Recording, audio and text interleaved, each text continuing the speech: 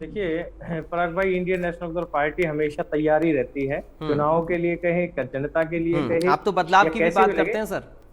हाँ जी, आप तो बदलाव बदला निश्चित तौर हाँ। पर जनता करती है, जनता करती है, जनता बदलाव के मूड में निश्चित तौर पर बैठी है। देखिए किस प्रकार से वो आपने देखा होगा कि भारतीय जनता पार्टी जो 400 पार का नारा देने वाले लोग थे, उनको ठिकाने लगाने का काम किया उन्होंने। जो बार बार हरियाणा में 10 की 10 और 11 की 11 कहने के वाले थे, उनका इलाज करने का काम किया। ये जो आप बता रहे हैं, ये जो घोषणाएं कर रहे हैं, ये हम्म। घोषणाएं बेवजह नहीं कर रहे। ये घोषणाएं इसलिए कर रहे हैं कि इनका हरियाणा की जो जनता है, उनका मोह भंग हो चुका है भारतीय जनता पार्टी से।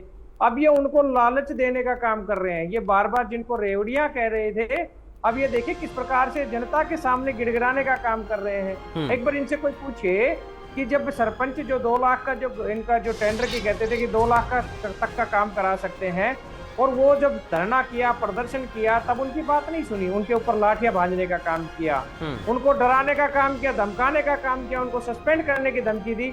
और आज देखिए किस प्रकार से ये बेवजह बिना मांगे 21 लाख रुपए तक के काम कराने के कह रहे हैं कि आप 21 लाख तक का काम करा लीजिए। ये कहीं ना कहीं हरियाणा की जनता ने भारतीय जनता पार्टी के नेताओं को और उनकी सरकार को उनकी औकात दिखाने का काम किया है। जो सफाई कर्मचारी लगातार धरना प्रदर्शन करते थे कि हमारे तनख्वाह बढ़ा दीजिए, हमारा वेतन बढ़ा दीजिए, आज उनको बगैर मांगे किस प्रकार से 16,000 17,000 दिए। ये क्या है? ये सिर्फ यही तो है कि जो उनको पता लग गया कि जनता को ये पता है कि वोट की कीमत क्या है, वोट की ताकत क्या है। अब इनको जनता की ताकत का एहसास हो गया, तब ये कर रहे हैं। ये बार बार कहा जा रहे थे ये प्रॉपर्टी आईडी के बारे में, जिस प्रकार से जनता को लाइन में लगाने का काम किया था इन्होंने, अब जनता ने इनको लाइनों में लगाने का काम किया।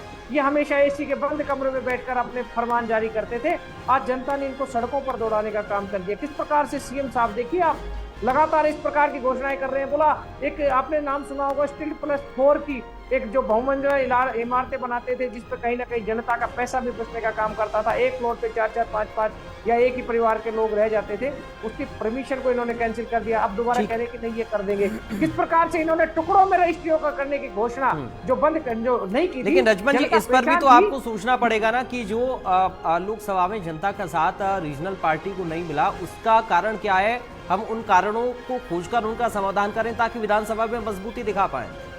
देखिए मैं कारणों को खोजने की बताता हूँ। लोकसभा चुनाव में केवल 2 ही मुद्दे काम किए थे, एक मोदी के खिलाफ और एक मोदी के पक्ष में। मोदी जी को हराने वाले जो लोग थे, उन्होंने देखा है कि राष्ट्रीय स्तर का जो मामला था, क्या सबको पता था कि इंडिया गठबंधन को उन्होंने वोट देने का काम किया था, केवल और केवल इस वजह से कि उनको पता था कि राष्ट्रीय स्तर पर अगर कोई काम कर रहा है तो वो इंडिया गठबंधन कर रहा था।